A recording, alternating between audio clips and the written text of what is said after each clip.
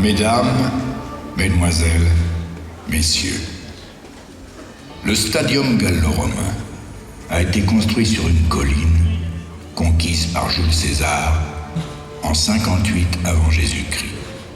Il y installa ses premières sentinelles qui avaient pour mission de surveiller la colline d'en face, à laquelle il choisit de donner le nom d'une légion, la légion sifflotante des Alouettes, le mont des Alouettes.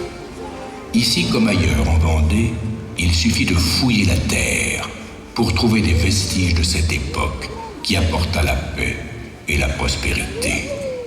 Les découvertes les plus retentissantes datent de 1848. En plein été, au village du Cormier à Chavagne, des terrassiers mirent au jour un fabuleux gobelet à décor moulé où étaient inscrits les noms des plus fameux gladiateurs de Rome venus combattre dans notre région. Ce gobelet se trouve aujourd'hui exposé au Corning Glass Museum de New York. Plus au sud, au même moment, des archéologues découvraient la tombe d'une femme artiste remplie de pierreries à Saint-Médard-des-Prés. Il y a quelques années seulement, à Chantonnay, on exhuma une vaste villa. Ces gladiateurs, cette femme artiste, ces villageois, ont vécu la période charnière qui a changé la face du monde et fondé notre civilisation. Nous voilà dans une fin d'empire troublée au IIIe siècle après Jésus-Christ, au début du règne de l'empereur Dioclétien. Et nous nous retrouvons au temps resplendissant des Jeux du Stade et au temps paroxystique des martyrs de la Gaule, comme Saint-Domenin à Avrier.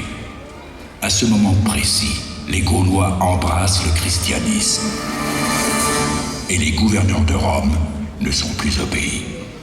Il y a toujours le décor, la parade, les honneurs, mais l'esprit est ailleurs. Mesdames, Mesdemoiselles, Messieurs, je vous demande d'accueillir dans la dignité le représentant de l'Empire, le gouverneur de la Gaule romaine. Il a le droit de vie et de mort sur chacun d'entre vous. Tous ceux qui mettront le pouce en bas seront punis. Nous sommes tous Impossible de faire entrer le gouverneur dans un pareil désordre. S'il vous plaît, calmez-vous, asseyez-vous. Pour la parade de Rome. Garde, faites entrer la parade. Ça devrait les distraire et les calmer.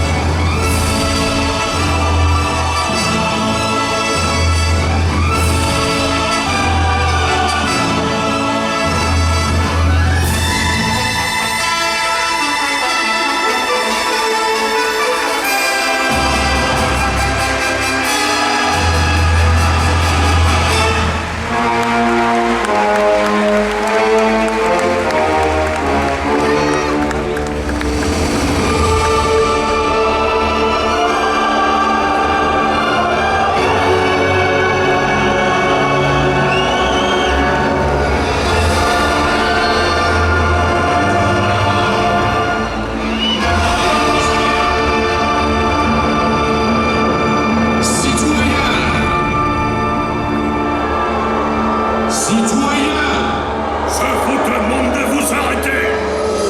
taisez-vous. Sanguinaire! Dehors, occupant!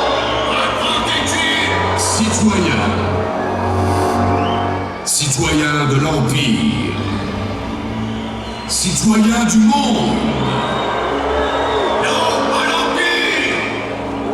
vous êtes ici, sous la protection des aigles noirs de l'Empire. Je demande l'évacuation de cette tribune de petits coqs.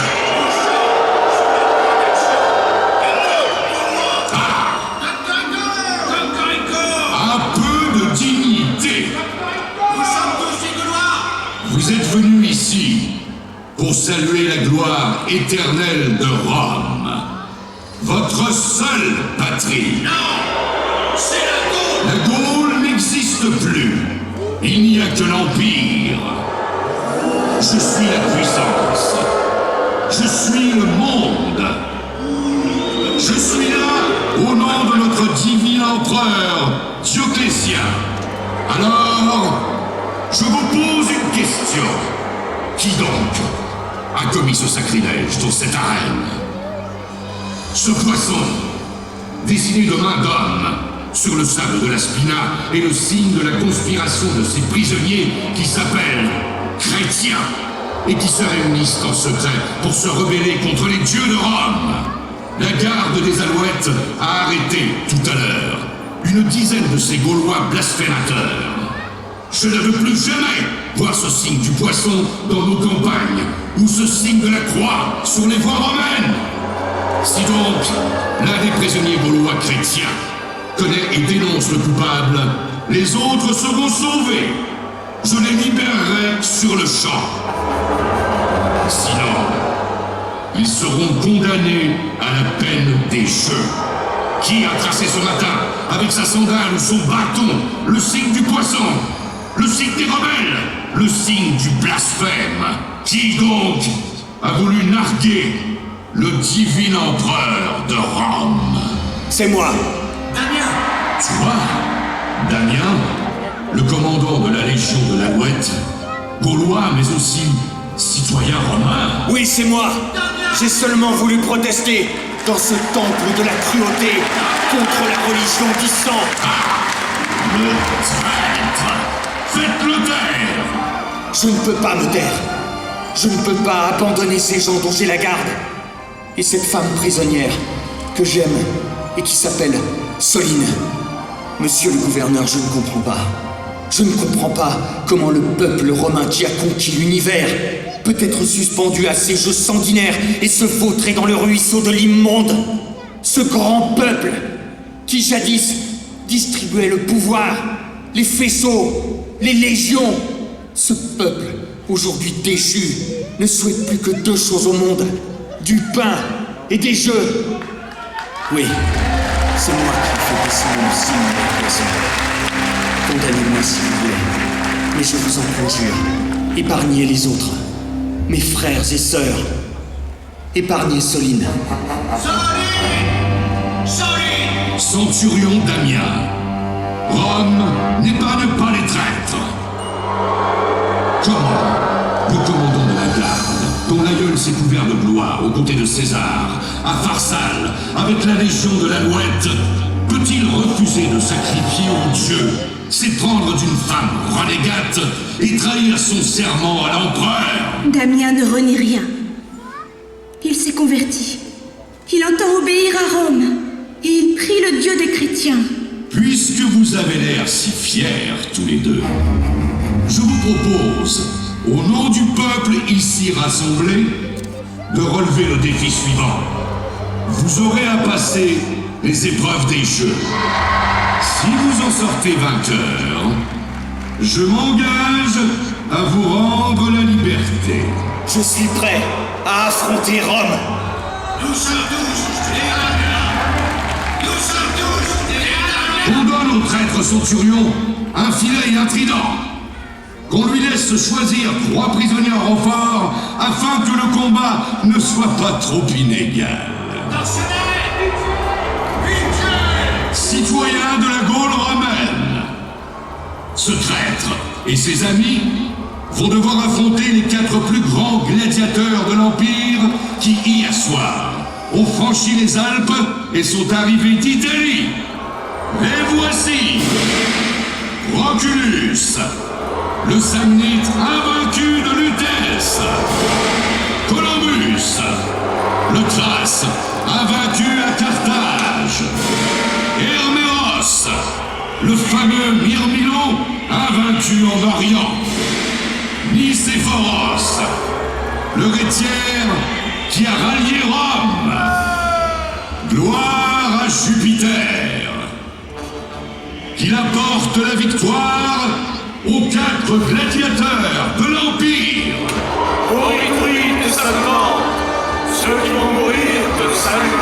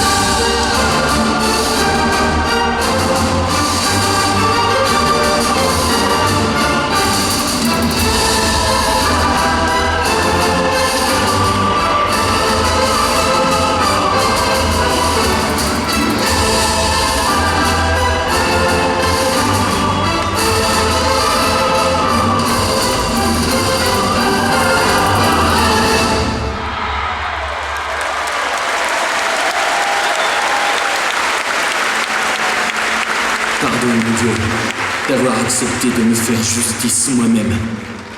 Demande pardon à l'empereur pour tes blasphèmes. Si tu acceptes de sacrifier, tu es libre. Les Vestales t'attendent. Puisque tu refuses, tu vas devoir te mesurer avec les meilleurs origes et les meilleurs quadriges de l'Orient et de l'Occident. Garde! Donnez-lui un quadrige blanc et faites entrer!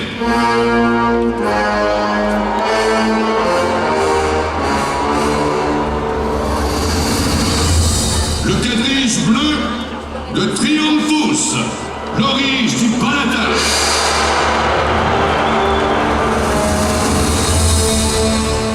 Le quadrige rouge de Rutuba de Carthage.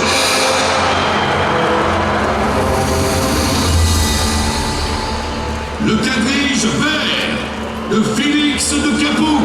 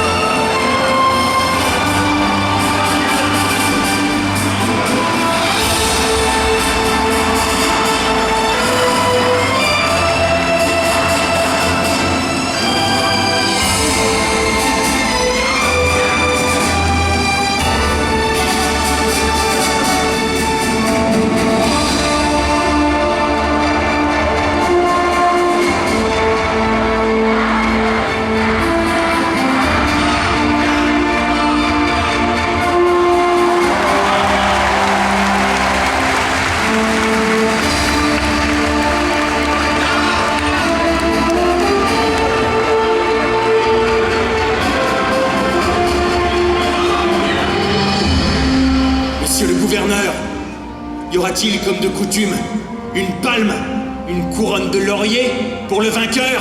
Non!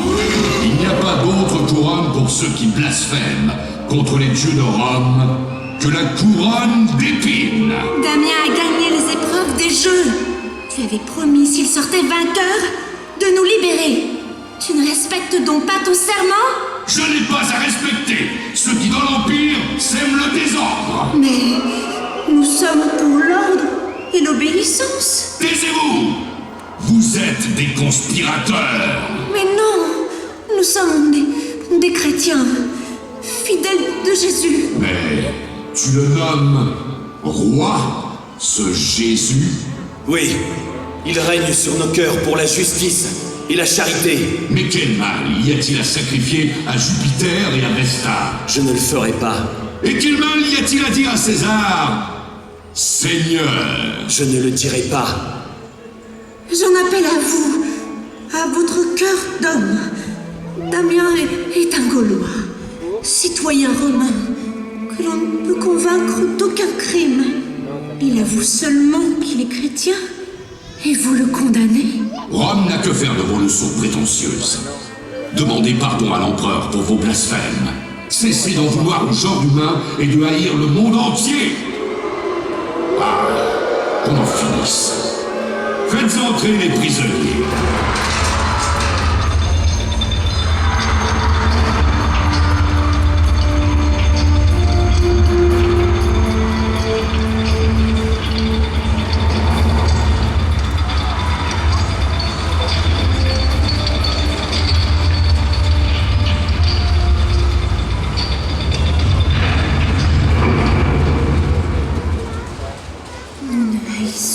Personne, ni l'empereur, ni le genre humain.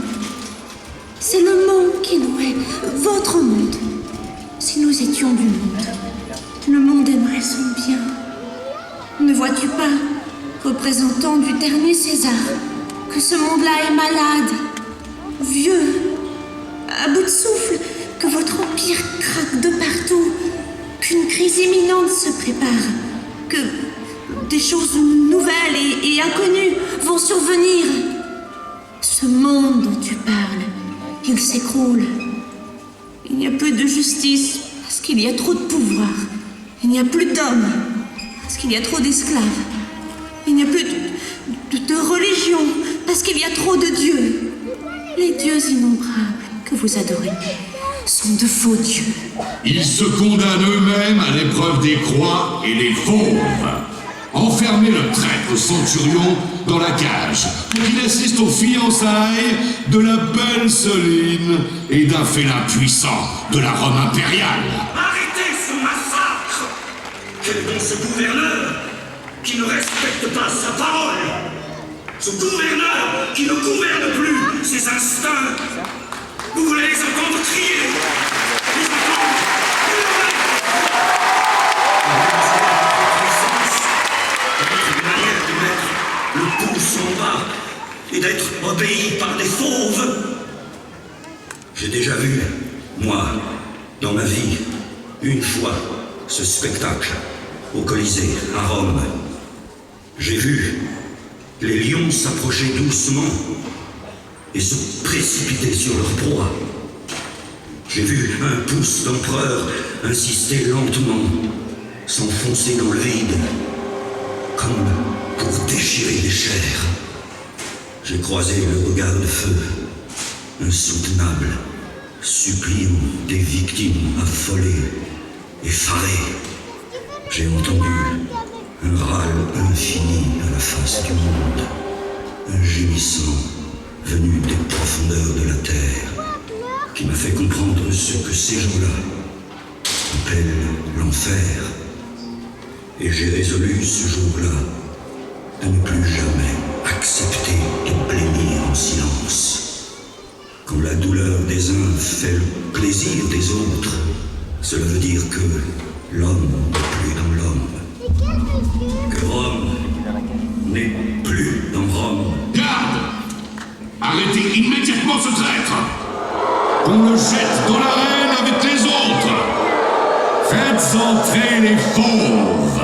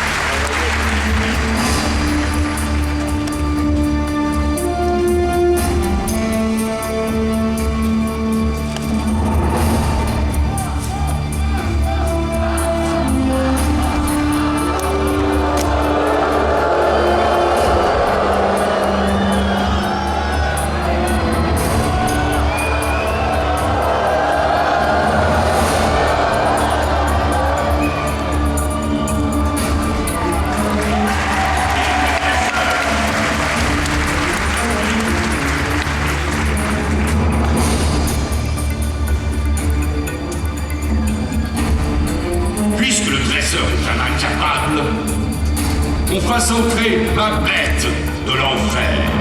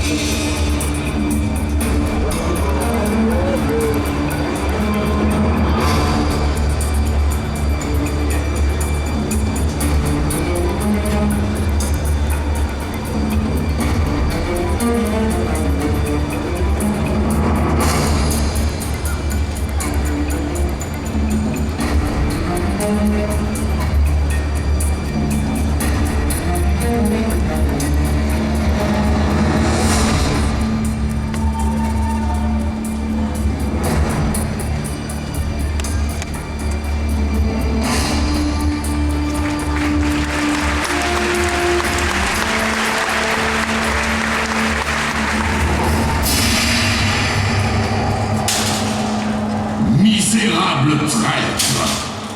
Vous n'échapperez pas à la justice et à la colère de Rome! Garde! Qu'on les exécute sur le champ! Légionnaire de l'Alouette, qui m'avait loyalement servi, et que j'ai eu le grand honneur de commander. Qui est le vrai traître? Moi? Votre commandant? Moi, qui ai prouvé ma bravoure dans les campagnes et dans cette arène? Ou le gouverneur, qui s'est parjuré tout au long de ces jeux? Légionnaire, laissez parler votre cœur et votre conscience, et condamnez le vrai traître. Et vous, spectateurs gaulois, vous voulez nous aider? Alors, levez-vous et mettez vos pouces en haut. Oui, levez-vous et faites-vous entendre. La vie. La vie.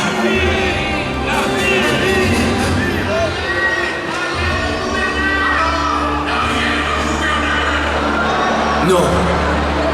Le sang n'a que trop coulé. Qu'on épargne sa vie. Nous sommes libres! Nous sommes libres! Qui sera notre chef? Oui, qui sera notre chef? Damien! Damien!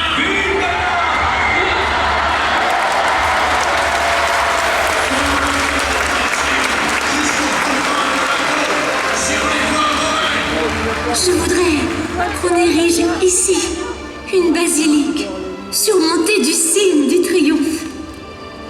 Et là-haut viendra se poser un rameau d'olivier porté par une colombe blanche et coulera l'eau du baptême sur la couronne d'un nouveau royaume.